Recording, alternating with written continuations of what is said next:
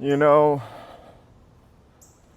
I'm going to say some controversial things. However, as a response to Dagan, I'm not a writing kind of guy, I'm more of a speaking kind of guy. In fact, it seems like speaking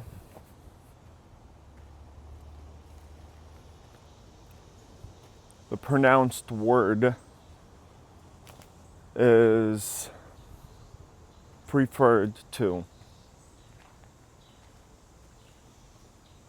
the written word. As we see that most of the serious teachers, Jesus, Buddha, did not leave any writings. Even Muhammad, when he gave the Quran, it was supposed to be passed down orally. For whatever reason, it seems like the written word is not preferred to the spoken word.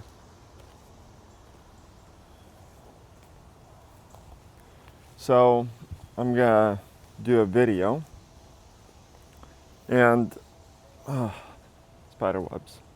Love you, spiders. Thank you. So I'm just gonna jump into it and make the claim, which is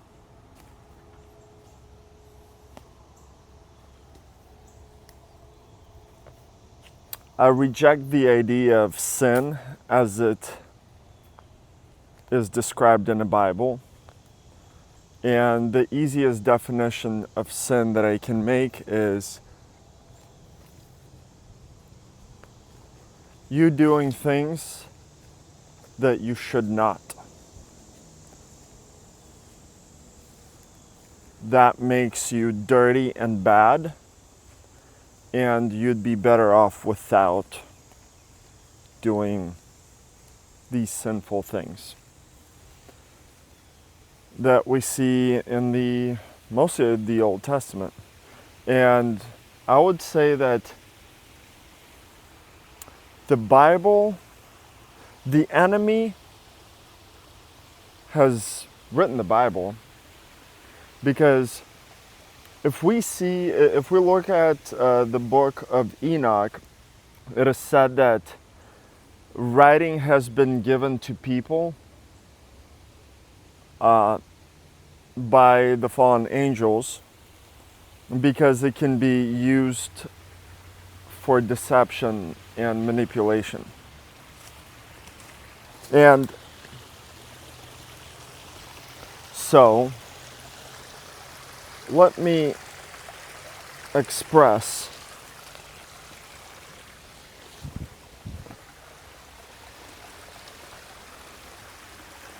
why I don't believe in sin. And I would even make a case that they killed Jesus. Jesus didn't come to solve sin. Jesus came to abolish sin altogether and the idea of sin. And it is the doctrine of sin that gives authorities its power, especially the religious authorities its power. And he came to turn those tables, flip them, and they killed Jesus for essentially saying that it is the tax collectors, prostitutes, and sinners that enter into a kingdom rather than the responsible ones. And here's how. Look at that. They got me a seat. Here's how. When we read Jesus's sayings and teachings and parables and all of that, I would say that there are three things that we read about Jesus. what he has done, what he has said, and then Jesus said this, and then the parables. I would put the parables into a completely separate category because it's very easy to say, and then Jesus said, it is not what goes in your mouth that defiles you, but what comes out, right? Well, it's easy to say that Jesus said that. Or for example, it is not what another thing that we see only in Matthew. He says that your righteousness should be greater than that of Pharisees, scribes and Pharisees. And if it's not, then you basically don't enter the kingdom. Well, Matthew had an agenda. It had a very well pronounced, but not legalized agenda. It was rooted in legalism, that you need to follow the law and obey Moses' law. That you don't find that in Mark, you don't find that in Luke and John. So the point that I'm making is, it's very easy to make a claim as a writer of a gospel. First of all, you don't know that you're writing a gospel. You're writing a book, most likely because you have an agenda and you're trying to strengthen that agenda. But what is harder to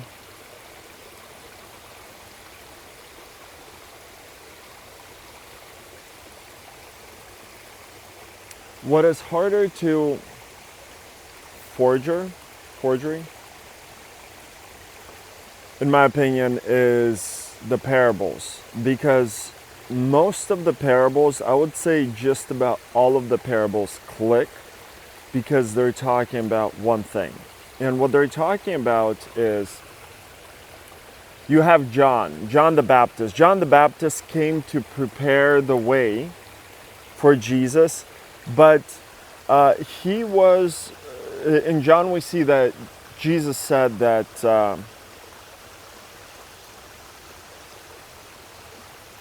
the least in the kingdom is going to be greater than John. That John was the greatest of men and of prophets of men, but the least in the kingdom is greater than John.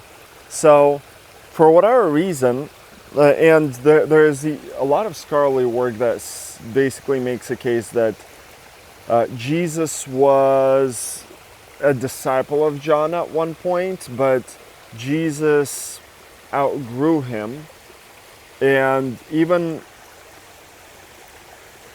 not rebelled, but challenged John's teaching, John the Baptist. There was still love between them, but it was a little bit of tough love. That being said, when I talk about Jesus, you will see me quoting and working with parables. It is the parables that I find Jesus' teachings in, and not necessarily, although nothing wrong, but the sayings of Jesus you have to parse through. The parables, if you do not have ears or eyes to see, then you don't know what Jesus is saying. And you will write it down the way that Jesus said, because you're not really, you don't know what he's getting at, so you're just writing down what you heard. And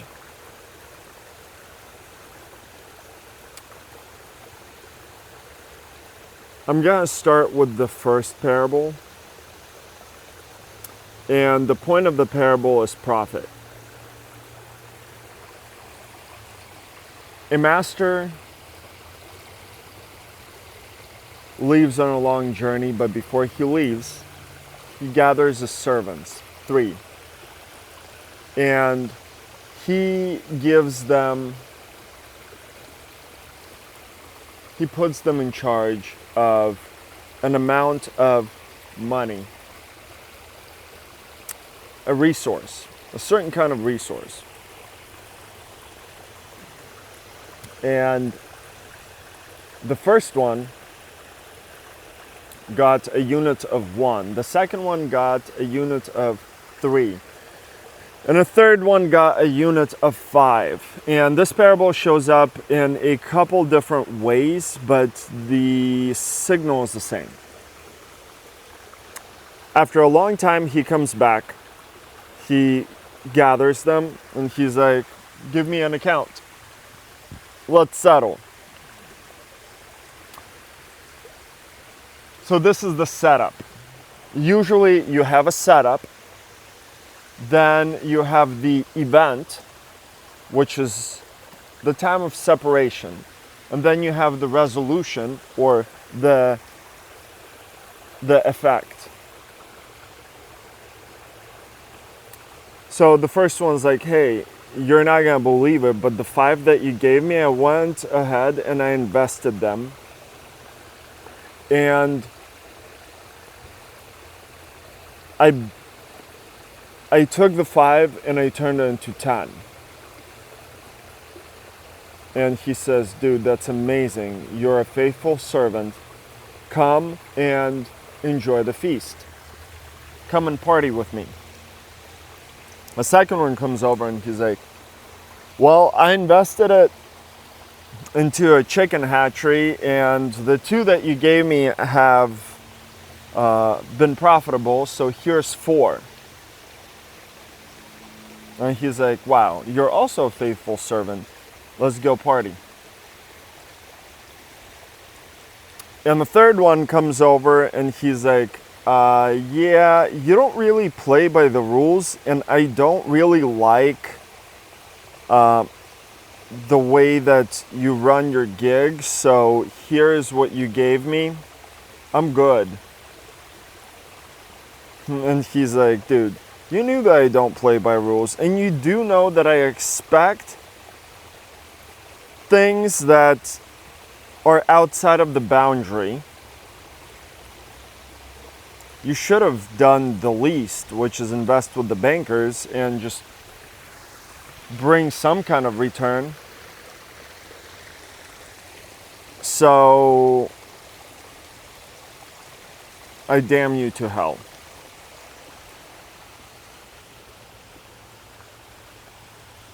Now, once again, there's the setup, there's the event. That event is the judgment, where the wheat is separated from the chaff, where the wise are separated from the fools. And in this parable, the point is profit. The kingdom of God starts as a little mustard seed and then multiplies and multiplies and multiplies and multiplies and multiplies and multiplies. That process of multiplication is the kingdom of God.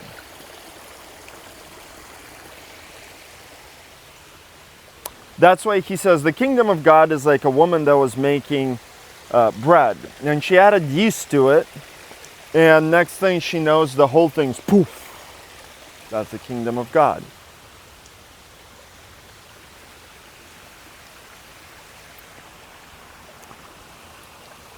So the first principle that I would like to point out in Jesus' teaching is that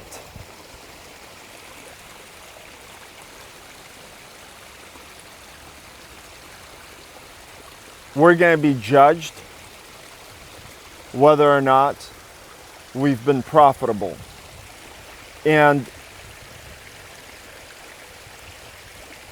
I'm not going to spend too much time on this parable, but the idea is basically the same, that he sows the seed, some seed falls on the rocks, the other seed falls on onto thorns in the thorns. The other one gets picked by the birds, And then the third one actually falls in good soil, and then it brings profit. It brings a harvest of times 30, times 50, times 100.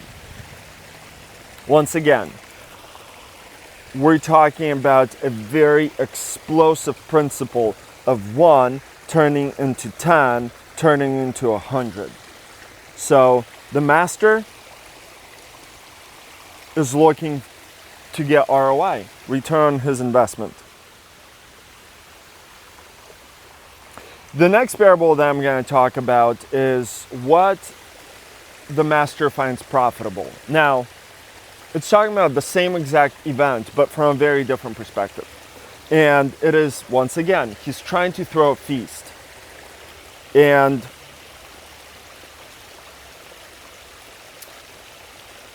he goes out and invites the elect.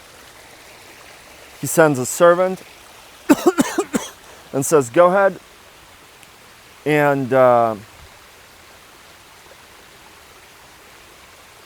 invite the elect. And he goes out and he's like, hey, the master is inviting you. There's going to be a great feast. And the first one's like, dude, sorry. I just bought a field. I need to till it. I'm farming. A responsible cause. Farming. Tell the master that I can't come. The servant's like, dude, it's gonna be a feast. Like, okay, farming. Goes to the next one. He's like, the master is inviting you to his great feast. And the guy's like, dude, I just got married. I'm building a family. I need to focus on the family. I need to focus on my kids. Tell him I can't come. Servant's like, dude, it's going to be a great feast by the master. What do you mean you can't come? Wife and kids. The third one is like, yeah, I just got these bowls. I need to break them in. I am opening up a dealership. I'm selling cars. I'm doing business. Don't have the time for that. Tell them that I can't come. So you have these 3 principles. One is farming, trying to provide for his essential needs, which is food. The other one is building family. And the third one is starting a business to actually make some profitable investments, to make big moves and be making $100,000 a month, right? 3 different layers. So all of the ones that were involved in these activities told the master, sorry, we can't come. So he comes back and he's like, yeah, they're being responsible adults. They don't have time for your feast. The master says, okay, that's fine. Go out to the streets and go gather everyone. The lame, the disabled, the tax collectors, the sinners, the prostitutes. Go and invite all the other ones that aren't responsible, that aren't fitting the mold.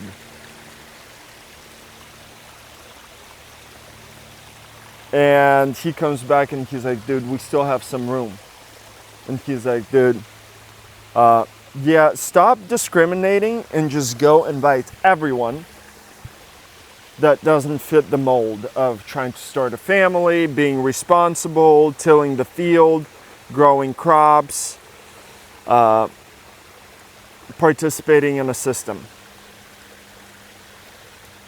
So here we see that the separation, those who enter the kingdom of God, are not the ones that are actually doing life as we think we should be doing life. Because to buy a field, to till the field, to start a family, and to have a business to break in your cattle, to start turning profit seems like is what disqualifies you, according to this, well, my interpretation, but this parable. And then there's another parable.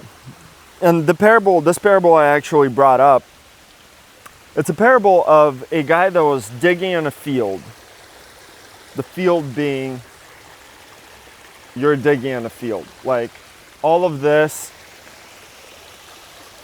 world is you digging in the field.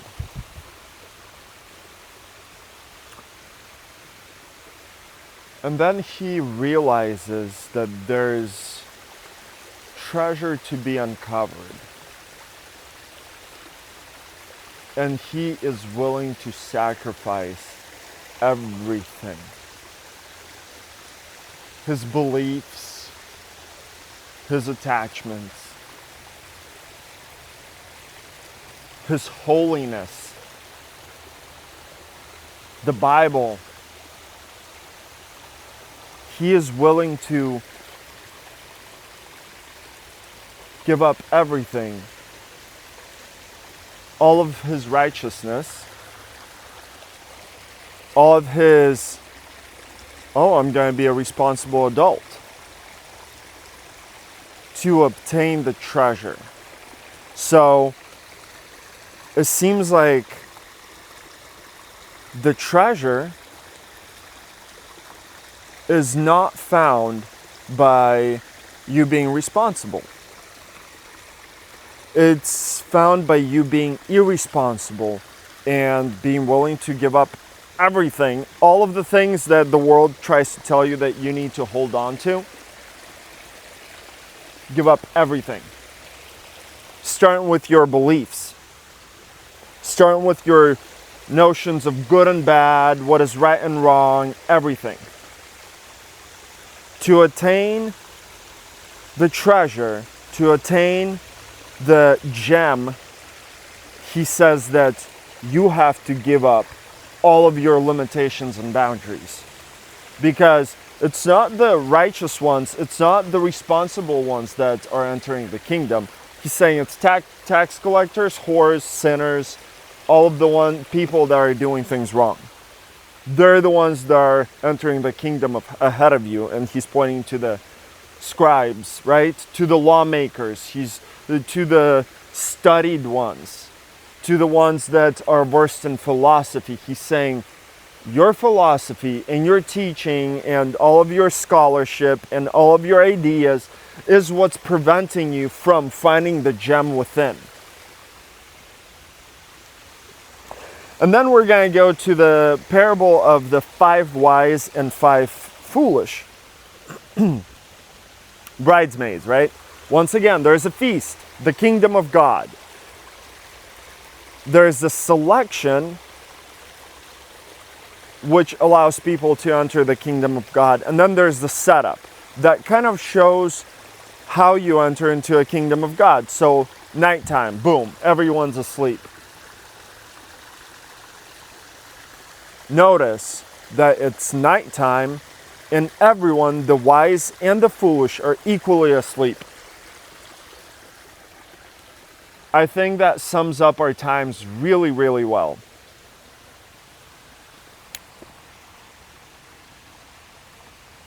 All of a sudden they hear that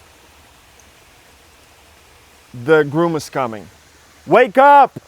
The groom is coming! Everyone wakes up. It's like, oh shit, dude. We're asleep.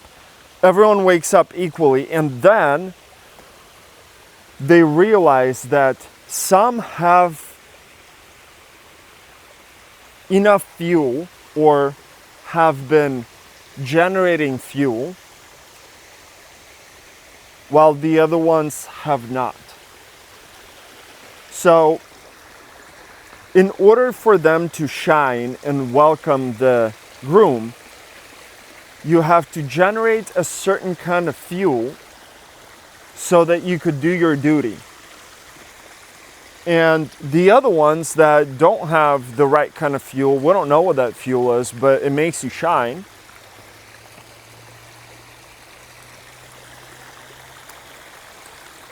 the foolish ones that were not generating fuel hit up the ones that, the wise ones, and they're like, hey, let us borrow some of your fuel. And they're like, we can't do that. You're going to have to go to a market. And while the foolish ones were trying to get their needs met by the market, the door closed and they were left out.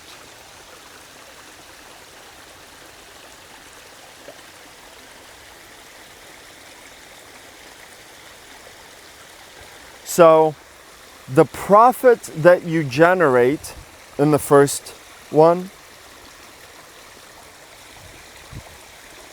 is also some kind of fuel that allows you to shine when the groom comes through.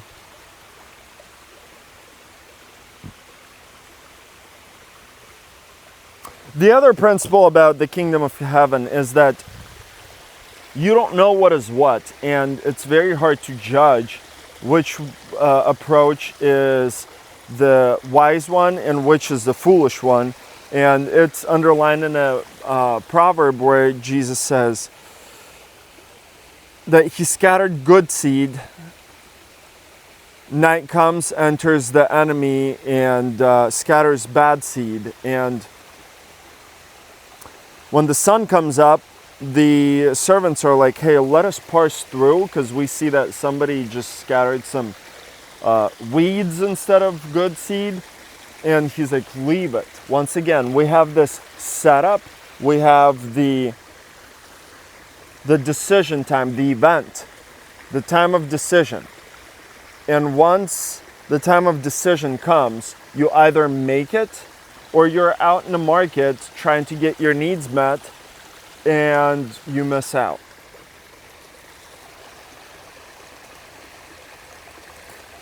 I'm going to bring up two more parables.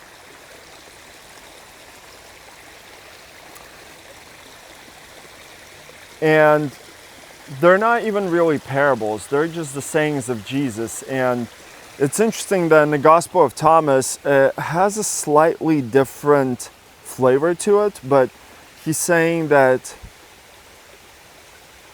a master had a bunch of sheep and one of them got lost.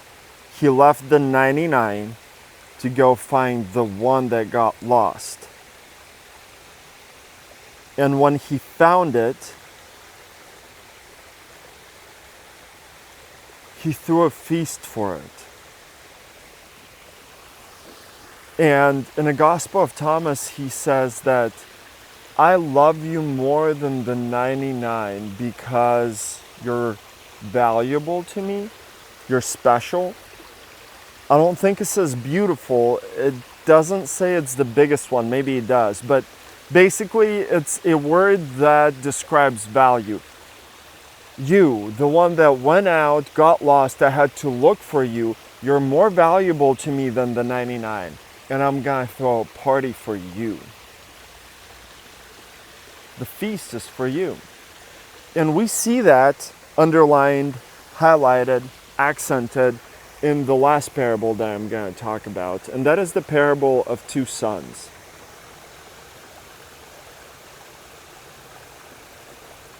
Same, there's a setup, there is an event, the decision, but the decision here is a lot more pronounced, where the brother disqualifies himself. And there's also that flavor where the first will be last and the last will be first, right? So the setup is this. Father has two sons. The youngest one says, Dad, give me half of my inheritance and fuck off. Or I'm gonna go fuck off. And so he takes his inheritance,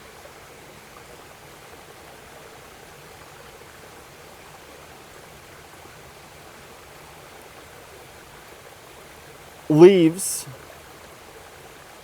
and spends on hookers and coke while the time is good.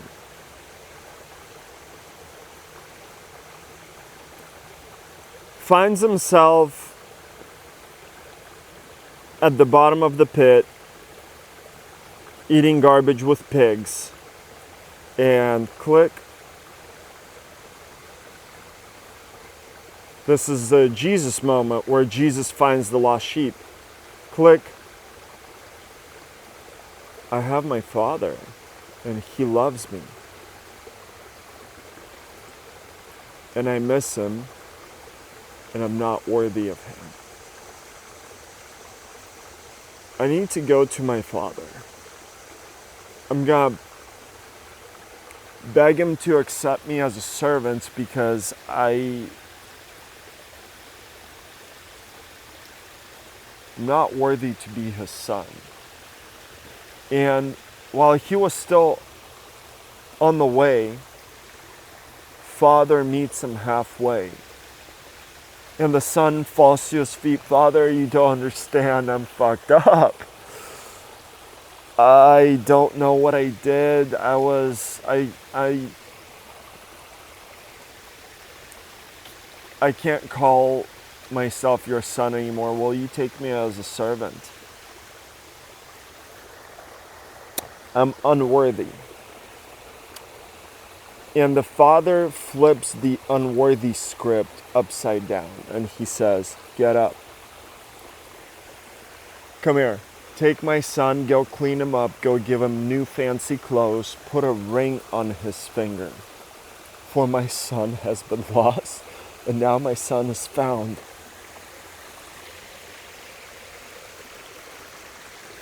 We're throwing a feast for this son. The event, the return.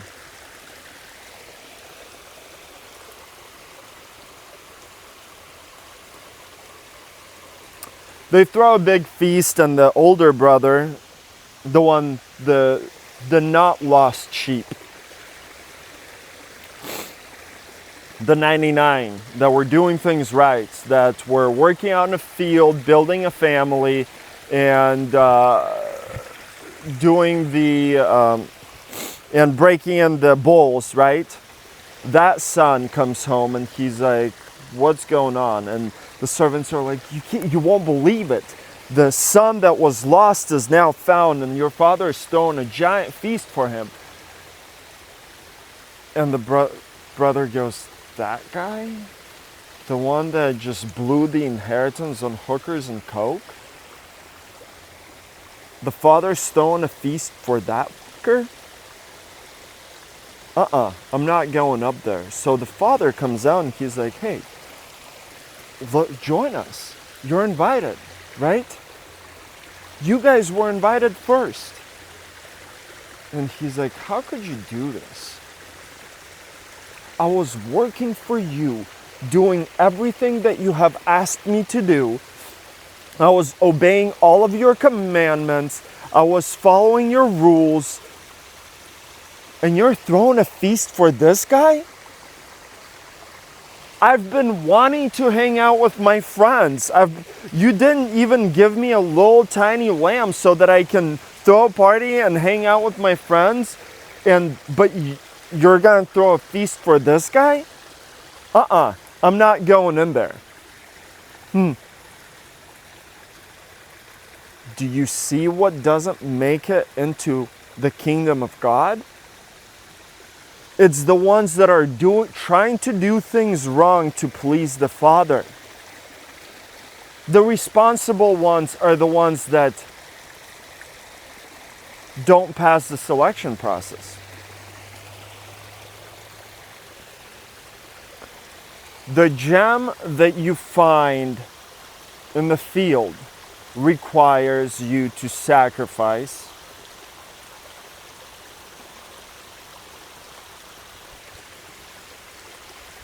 Your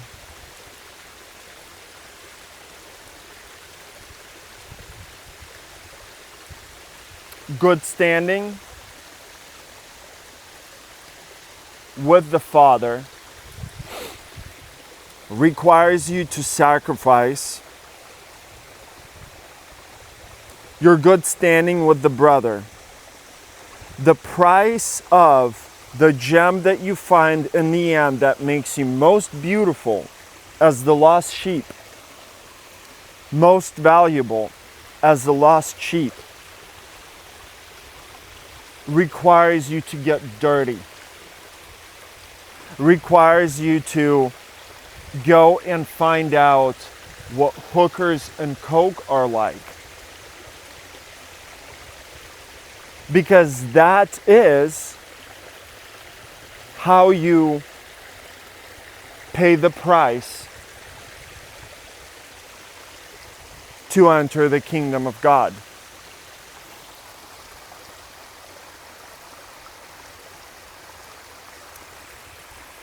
My reading is this.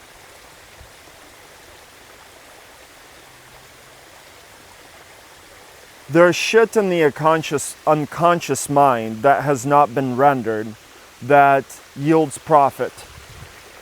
And that makes you beautiful. And the way for us to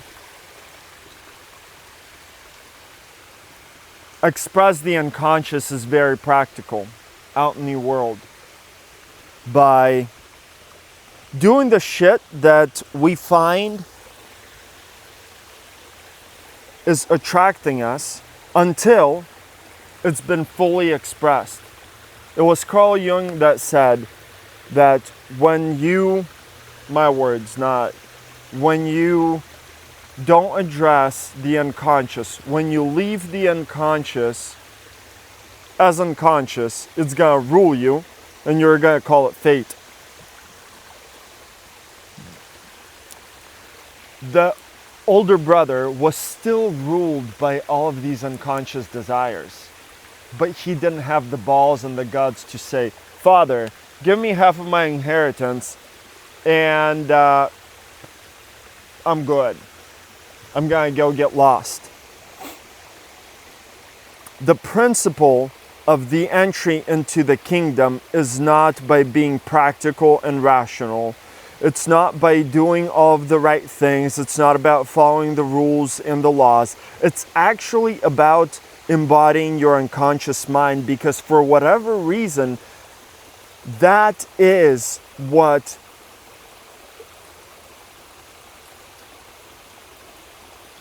the master finds as a worthy return. That is what the master calls, you've been profitable. Enter the party. And the reason why I challenge Christianity and Abrahamic religions is because they preach the doctrine of sin that prevents people from expressing their unconscious thoughts and unconscious mind. It's still inside, it's still within them. They still want to go party with their friends. They still want to do all of the things, but they don't do it. They don't express it. They don't generate the light. They don't generate the resource, the fuel, because they're trying to do all of the right things. And as a result, they find themselves outside of the kingdom of God. And it is those that have the balls to actually do the things that they want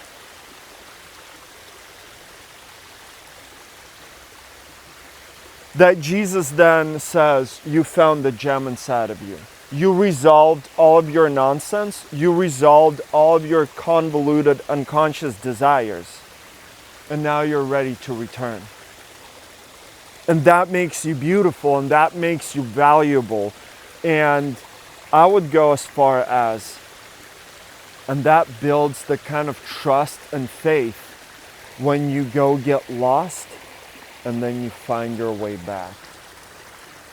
And religion doesn't allow people to go through the process of getting lost and finding their way back. So the greatest deception of the enemy is the doctrine of sin, because it doesn't let people find the truth of who they really are inside, but instead they mask and pretend that they're good people, they feel good about it, and in the end they find themselves outside the gates.